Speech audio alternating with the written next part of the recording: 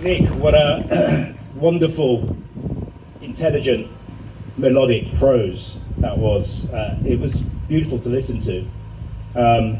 Now for the political rant.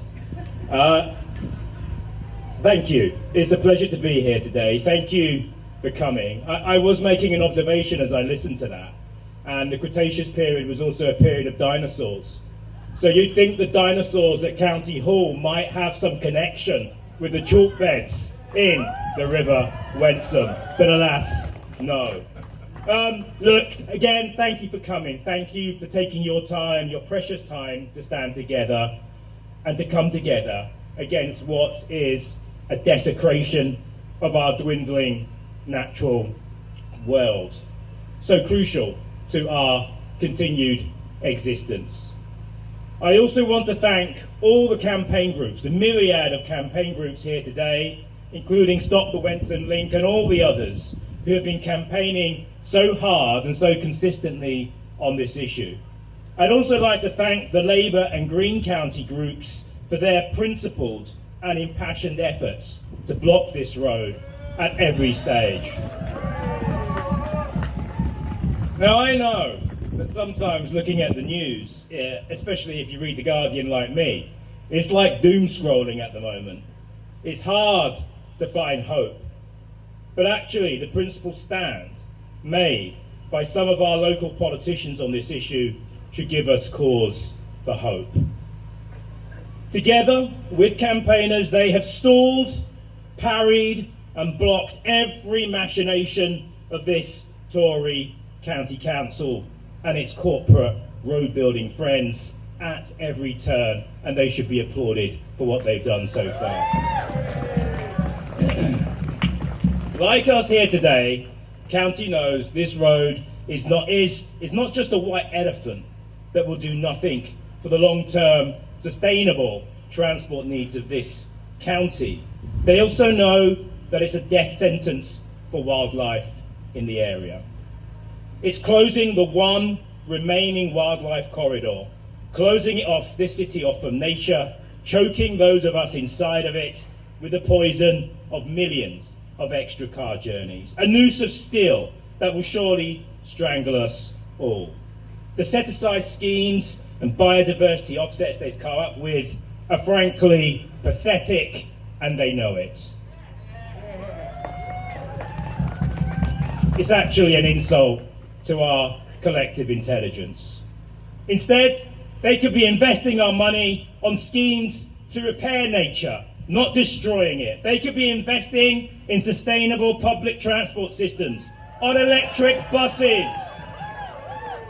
on free public transport across the county, cycle lanes, improved train connectivity and walking routes, and yes, electric carpool schemes, replacing the need for mass individual car ownership. You don't have to go back to the horse and cart to have a sustainable future, and we all know that. All it takes is a little imagination and the political will to shape our future, a future fit for our children and our grandchildren. Instead, we have an administration that is in the pocket of big business interests. Interests whose only goal is profit and growth at any cost. It's the same corrupted, perverted ideology that drives our own near-fascist government. A government that is about to commit a similar ecocidal crime and allow new oil extraction in the North Sea. A death sentence for the planet and everything living on it. They call it pragmatic leadership, when actually it's craven submission to the corporate interests of big oil. Turning to my own National Labour leadership, I say this. Pledge to cancel these licences with no compensation for those who invest in them. In one statement, they will have made these new oil fields financially unviable, stranded projects that never get off the ground, and nor should they. Instead, we should be spending billions on a just transition away from oil and gas, reskilling and retraining their workforces for a massive ramping up of sustainable energy and home retrofitting, repairing nature and prioritising well-being for people and planet. 28 billion, some say, should be spent on this green transition. Let me be really clear. My party should not be debating the merits of 28 billion or not. It should be debating about spending more than that figure, because 28 billion doesn't begin to touch the size of what's needed for a sustainable transition in this country. An investment on our future should have no limit other than the sustainable productive capacity and the democratically agreed will of the public. Why? Because the climate and ecological crisis and the economy are not separate entities to be bargained with in silos.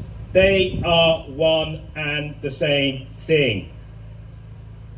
There is no economy, no future, without a viable climate and intact ecology.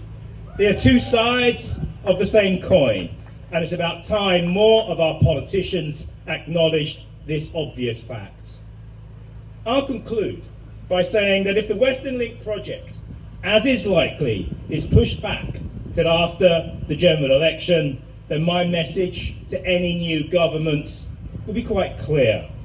Stop this disaster, pull the plug on it, and let's divert any central government cash to building an affordable, public, sustainable transport system here in Norfolk, jumping over the dirty roads of the rest of the country and building a future for all of us that is sustainable here and now. Thank you very much, Norwich.